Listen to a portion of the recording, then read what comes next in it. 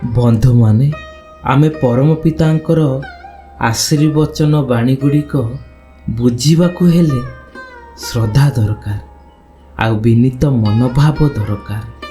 ଅନେକ ସମୟରେ ଆମେ ବୁଝିପାରୁନାହୁଁ ବୋଲି ଆମକୁ ଭଲ ଲାଗେନା, କିନ୍ତୁ ଥରେ ବୁଝିଗଲେ ଆଉ ମନ ଛାଡ଼େ ନା। ସେଇଥିପାଇଁ ଯେଉଁ ଟିକିଏ ସାଧନା ଦରକାର, ତା ଆମର ଏଇ ଛୋଟିଆ ପ୍ରୟାସ ଜୟଗୁରୁ ପ୍ରାର୍ଥନା ଚ୍ୟାନେଲ ସହିତ ଯୋଡ଼ି ହୋଇ ରୁହନ୍ତୁ। ଆମେ ଚେଷ୍ଟା କରିବା ପରମ ଦୟାଳଙ୍କର ପ୍ରତ୍ୟେକ ଆଶୀର୍ବାଣୀଟି ପୁଙ୍ଖାନୁପୁଙ୍ଖ ଭାବେ ଭଲ ଭାବେ ବୁଝିବାକୁ ଚେଷ୍ଟା କରିବା। ଆଜି ବୁଝିବା ଶ୍ରୀ ଶ୍ରୀ ଠାକୁରଙ୍କର ଅମୀୟ ଆଶୀର୍ବଚନ ପଥେର କଡ଼ିର ବାଣୀ ସଂଖ୍ୟା 3। କୌଣସି ନା କୌଣସି ପ୍ରକାରେ ତୁମଠାରୁ ଶ୍ରେଷ୍ଠ ଯିଏ, ଯଦି ତାଙ୍କୁ ନତି ଓ ସମ୍ବର୍ଦ୍ଧନା ଦେଖାଇ ତଦନୁପାତିକ ଇଷ୍ଟପ୍ରାଣ ସେବାରେ ବହନ ଓ ଉଦ୍ବୁଦ୍ଧ କରିବାକୁ ପରାଙ୍ଗମୁଖ ହୁଅ, ନିଶ୍ଚୟ ଜାଣ ତୁମର ବଧିର ଦୁର୍ବଳତା ତୁମକୁ ନିକୃଷ୍ଟ ଆସନରେ ସମାସୀନ କରିବ ହିଁ କରିବ। ପରମ ଦୟାଳଙ୍କର ଏହି ବାଣୀଟି ମାନବ ଜୀବନର ଗଭୀର ନୀତିଗତ ସତ୍ୟକୁ ଉଦ୍ଘାଟନ କରେ। ସମାଜରେ ପ୍ରତ୍ୟେକ ମଣିଷ ସମାନ ନୁହେଁ। କେହି ଜ୍ଞାନରେ, କେହି ଅଭିଜ୍ଞତାରେ, କେହି ପଦମର୍ଯ୍ୟାଦାରେ, ତ କେହି ଚରିତ୍ରରେ ଶ୍ରେଷ୍ଠ ହୋଇଥାନ୍ତି।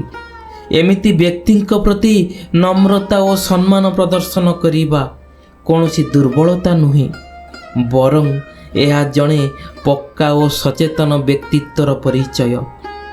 ଯେଉଁ ମଣିଷ ନିଜକୁ ସବୁଠାରୁ ବଡ଼ ବୋଲି ଭାବେ ଓ ଅନ୍ୟର ଶ୍ରେଷ୍ଠତାକୁ ଗ୍ରହଣ କରିବାରେ ଅସମର୍ଥ, ସେ ଆସିଲେ ଅହଙ୍କାରରେ ଅନ୍ଧ ହୋଇଯାଏ। ଏହି ଅହଙ୍କାର ହିଁ ତାଙ୍କୁ ଶିଖିବାକୁ ବଞ୍ଚିତ କରେ, ଉନ୍ନତିର ପଥରେ ବାଧା ସୃଷ୍ଟି କରେ।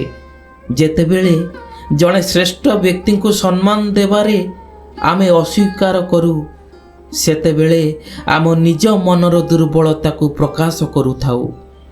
ଏଠାରେ ଇଷ୍ଟପ୍ରାଣ ସେବାର ଅର୍ଥ ଦାସ୍ୟ ଭାବ ନୁହେଁ, ବରଂ ଆଦର, ଆଗ୍ରହ ଓ ଶିଖିବାର ଇଚ୍ଛା ସହିତ ସହଯୋଗ କରିବା। ଜଣେ ଜ୍ଞାନୀଙ୍କ ନିକଟରେ ନମ୍ର ହେବା ମାନେ ନିଜକୁ ଛୋଟ କରିବା ନୁହେଁ, ଏହା ନିଜକୁ ଉଚ୍ଚ କରିବାର ପ୍ରଥମ ପଦକ୍ଷେପ। ଯେ ମଣିଷ ଏହି ସତ୍ୟକୁ ଅବହେଳା କରେ, ସେ ଶେଷରେ ନିଜେ ଅହଙ୍କାରରେ ଭରି ନିଜେ ଦବିଯାଏ। ସମାଜ ତାକୁ ଆଦୌ ଗ୍ରହଣ କରେ ନାହିଁ। ଅନେକ ସୁଯୋଗ ତାକୁ ଏଡ଼ାଇ ଚାଲିଯାଏ ଓ ସେ ଧୀରେ ଧୀରେ ନିକୃଷ୍ଟ ଆସନରେ ପହଞ୍ଚିଯାଏ। ଏହା କୌଣସି ଅନ୍ୟାୟ ନୁହେଁ, ଏହା ନିଜ କର୍ମର ପରିଣାମ। ସେହିପରି ପରମ ଦୟାଳଙ୍କର ଏହି ଆଶୀର୍ବଚନ ହିଁ ଆମକୁ ଶିଖାଏ, ନମ୍ରତା ହିଁ ପ୍ରକୃତ ଶକ୍ତି ଓ ଅହଙ୍କାର ହିଁ ସବୁଠାରୁ ବଡ଼ ଦୁର୍ବଳତା ଆମର। ଯିଏ ଏହାକୁ ବୁଝେ, ସେ ଜୀବନରେ ନିଶ୍ଚିନ୍ତ ଭାବେ ଉନ୍ନତିର ଶୀର୍ଷକୁ ସ୍ପର୍ଶ କରେ।